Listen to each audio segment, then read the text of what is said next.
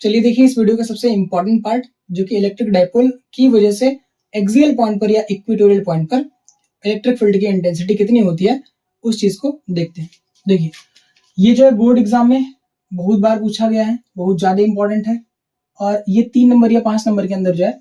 पूछा जाता है ना। 3 मार्क्स एंड 4 मार्क्स का जो है 5 मार्क्स का जो है पूछा जाता है बोर्ड एग्जाम में। ठीक, देखिएगा इसका डेरिवेशन कैसे करेंगे। तो क्या होगा,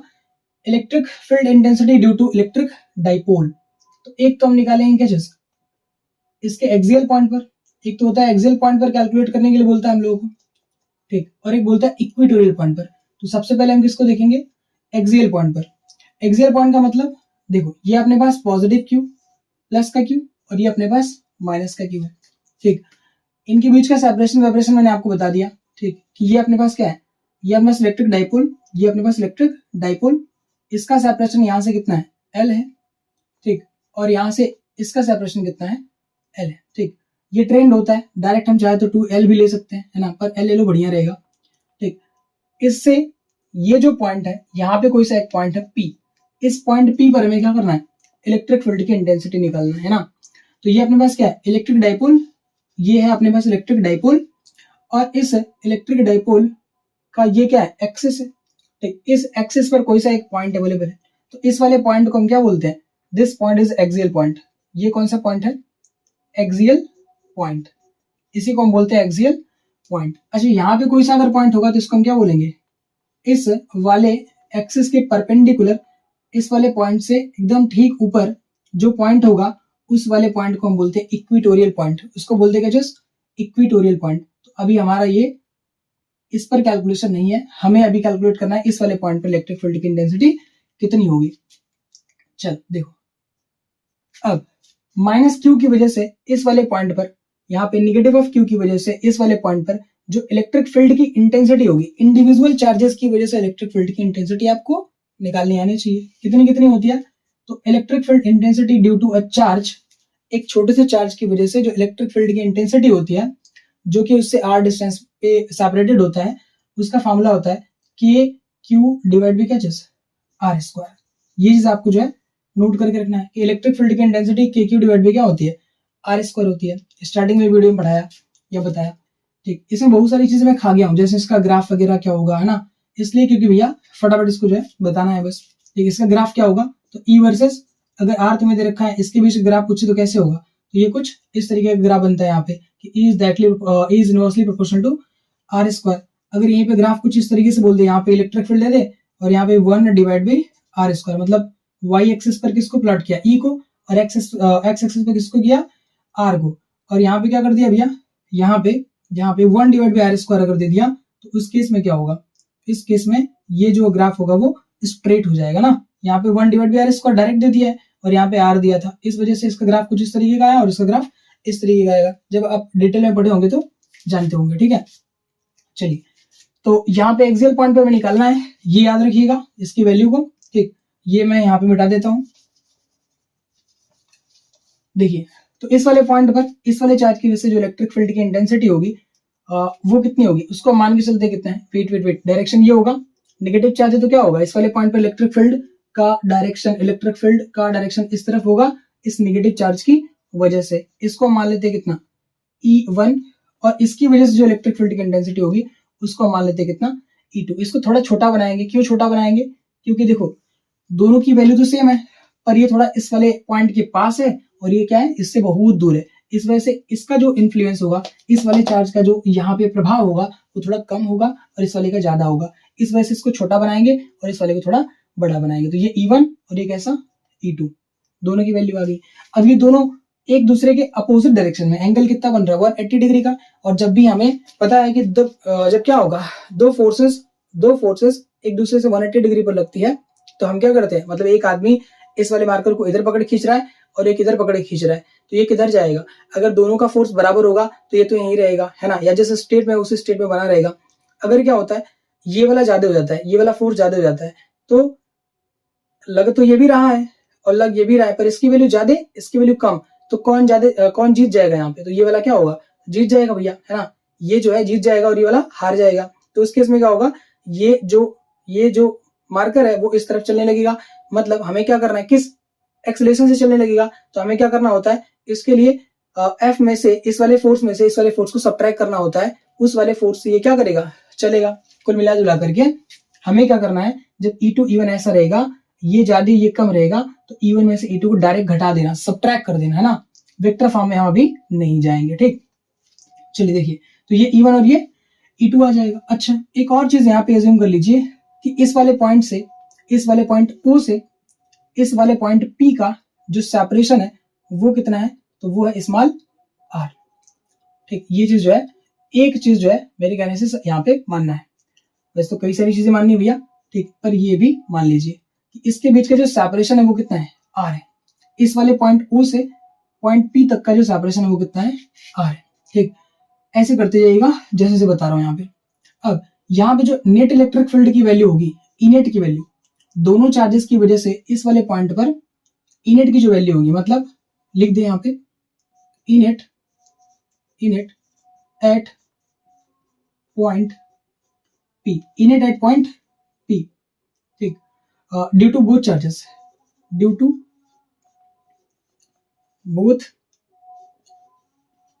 चार्जेस कितना होगा भैया, तो इनेट बराबर यहाँ पे लिख दिया, E net is equal to E1 minus catches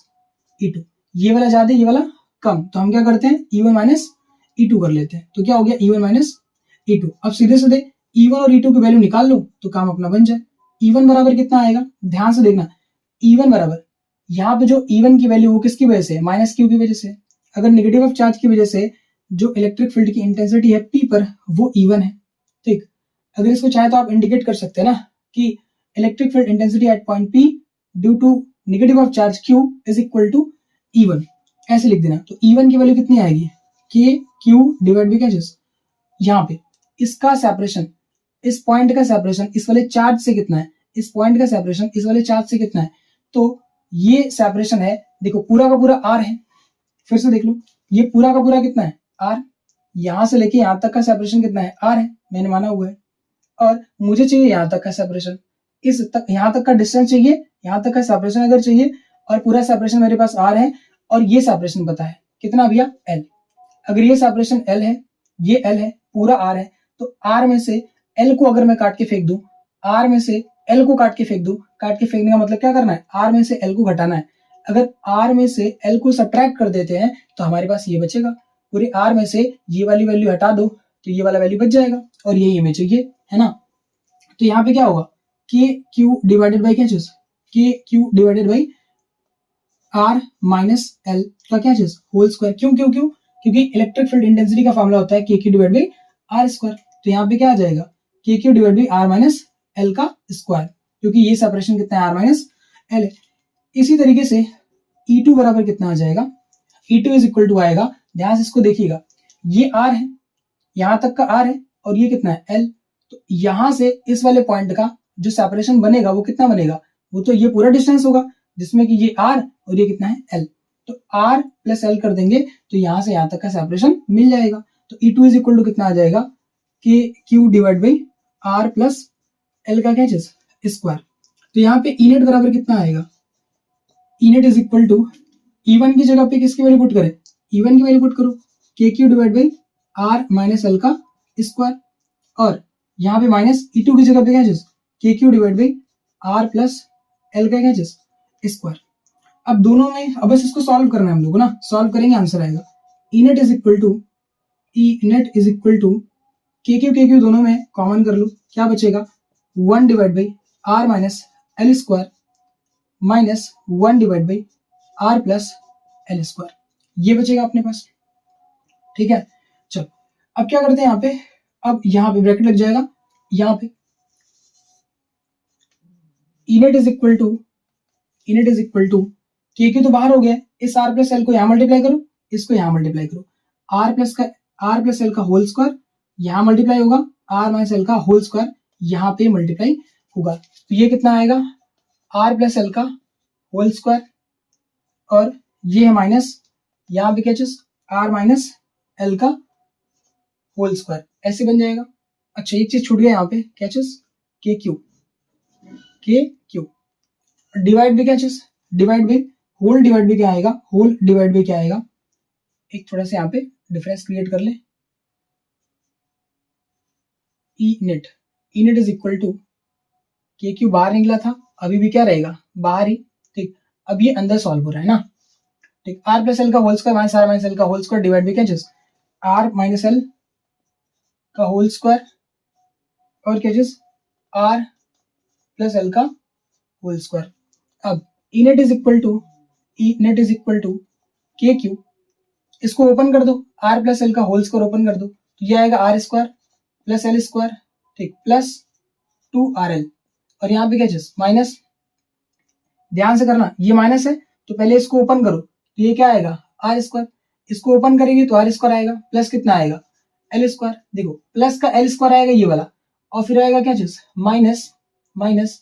2RL, ठीक, ये आएगा माइनस 2RL, माइनस 2RL। अब देखो प्रॉब्लम क्या है, ये वाला माइनस था, ये तो तुमने ओपन करा तो ये रिजल्ट आया, पर ये वाला माइनस जब ओपन होगा तो रिजल्ट ये आएगा, और ये वाला माइनस अंदर घुसेगा तो क्या होगा, इस पूरे साइन को क्या कर देगा चेंज, तो यहाँ पे आएगा माइनस, और यहाँ पे जहां प्लस है वहां पे क्या आएगा माइनस, और जहां माइनस है वहां पे क्या आएगा प्लस, इस वाले माइनस ने क्या कर दिया साइन को चेंज कर दिया जब ये ओपन कर दिया तो, और होल डिवाइड भी क्या चीज आर माइनस एल का whole square R plus L का होल स्क्वायर, इसको हम क्या लिख सकते हैं, इसको हम अगर चाहे तो R minus L into R minus L, R plus L into R plus L लिख सकते हैं, तो क्या चीज ये आएगा R square minus L square क्या क्या चीज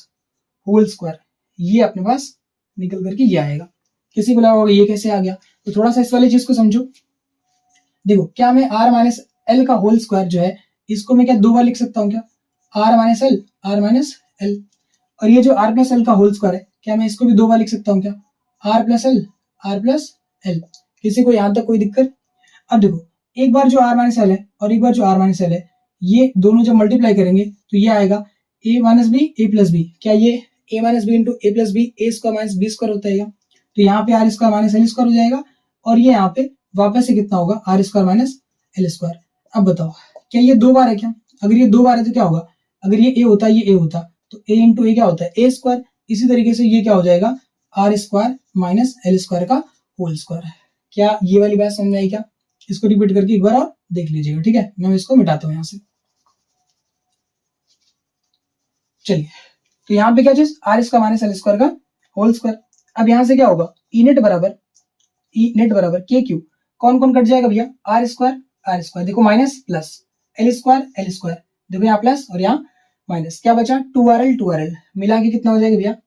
2RL कितना हो जाएगा 4RL हो जाएगा, और डिवाइड भी क्या चीज R square minus L square का होल स्क्वायर, ये अपने पास आ गया, ठीक है। अब यहां से ई नेट बराबर कितना आएगा के Q 4RL।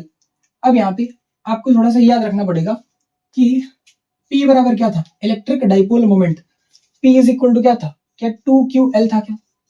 P is equal to 2QL था, तो यहाँ पे क्या लेके आएंगे, वैसे तो ई नेट की वैल्यू आ गई है, नेट इलेक्ट्रिक फील्ड की वैल्यू यहाँ पे आ गई है ना, फिर भी हमें इलेक्ट्रिक डाइपोल मोमेंट चाहिए तो क्या करेंगे, मतलब इलेक्ट्रिक डाइपोल मोमेंट के फॉर्म में चाहिए तो क्या करेंगे, देखो ये Q है, ये 4 है, ये R है, ये R है, ये L, तो क्या करेंगे भैया इस 4 में क्या 2, इस 4 को क्या 2 इंटू 2 लिख सकते हैं क्या, अगर इस 4 को 2 इंटू 2 लिख देंगे तो एक आ जाएगा अपने पास क्या चीज 2Q, यहाँ से 2QL, और 2 की वैल्यू को हम क्या बोलते हैं, 2 की वैल्यू को हम क्या बोलते हैं P, तो यहाँ पे आएगा एक 2 बचा रहेगा, यहाँ से एक जो 2 है यहाँ से बचा रहेगा, तो यहाँ पे आएगा 2kp r डिवाइड भी क्या चीज 2kp r डिवाइड भी क्या चीज R square minus L square का क्या चीज होल स्क्वायर, तो ये रिजल्ट निकल करके आएगा, ठीक है। अब इसमें भी क्या करेंगे भैया कि जो ये r की वैल्यू होगी, ये l बहुत छोटा है, बहुत छोटा है, अगर ये l की वैल्यू बहुत छोटी होगी इस r के रिस्पेक्ट में, तो इस l को हम क्या कर सकते हैं, गायब कर सकते हैं, यहाँ से इस l को यहाँ से गायब कर सकते हैं, कैसे, अगर r की वैल्यू बहुत बड़ी है किससे, l से, if r is much greater than two l, तो उस केस में क्या होगा l टेंस टू 0 हो जाएगा, l टेंस टू 0 होगा तो l को हम यहाँ से हटा सकते हैं, खत्म कर सकते हैं, और लास्ट में जो वैल्यू आएगी मैं उसको यहाँ पे लिख रहा हूँ, ठीक, लास्ट में जो वैल्यू आएगी ई नेट की वो आएगी कितनी, ई नेट बराबर 2 kp r डिवाइड बाई क्या, ये l हट गया तो r स्क्वायर रहेगा पावर में 2, तो ये r पावर कितना आएगा 4 आएगा। तो एक r से एक r क्या हो जाएगा कैंसिल, तो जो ई नेट बराबर आएगा, ई नेट बराबर वो आएगा 2 kp डिवाइड बाई क्या चीज r पावर 3। तो ये रिजल्ट निकल करके लास्ट में आएगा। यानी एक्सियल पॉइंट पर जो इलेक्ट्रिक फील्ड की इंटेंसिटी होगी वो कितनी होगी, इलेक्ट्रिक डायपोल के एक्सियल पॉइंट पर जो इलेक्ट्रिक फील्ड की इंटेंसिटी होगी कितनी होगी, E net is equal to 2 kp divide by r power 3 होगा। अब अगर इसको वेक्टर फॉर्म में लिखना है तो ये भी थोड़ा देख लो कि इनेट का डायरेक्शन किस तरफ है, थोड़ा दिमाग लगाओ कि इनेट का डायरेक्शन किस तरफ है। अरे ये वाला कमजोर था, वीक था, ये स्ट्रांग था, तो दोनों में जीतेगा कौन, ये। तो इलेक्ट्रिक फील्ड का यानी इनेट का जो डायरेक्शन है, नेट इलेक्ट्रिक फील्ड का जो डायरेक्शन है वो इस तरफ होगा। और इलेक्ट्रिक डायपोल मोमेंट का डायरेक्शन देखो किस तरफ है, नेगेटिव से पॉजिटिव की तरफ। इलेक्ट्रिक डायपोल मोमेंट का डायरेक्शन नेगेटिव से पॉजिटिव की तरफ होता है, मैंने आपको बताया ये होता है नेगेटिव से पॉजिटिव की तरफ। और यहाँ पे इलेक्ट्रिक फील्ड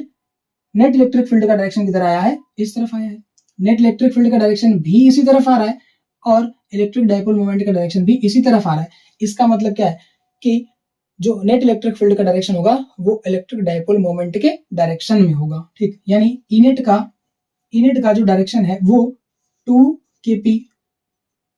kp यहाँ पे वेक्टर का सिंबल लगा देंगे, 2 kp vector divide by vector p divide by क्या चीज, vector p divide by r power 3 के होगा। तो ये चीज आपको ध्यान में रखनी है ना। तो ये इसका क्या है, ये इसका डेरिवेशन है। इस तरीके से आपको बोर्ड में करना है, जिसके लिए आपको 3 नंबर या 5 नंबर मिलने वाला है, ठीक। तो हम बढ़ते हैं किसकी तरफ, इक्वेटोरियल पॉइंट पर इलेक्ट्रिक फील्ड की इंटेंसिटी क्या होगी उसकी तरफ।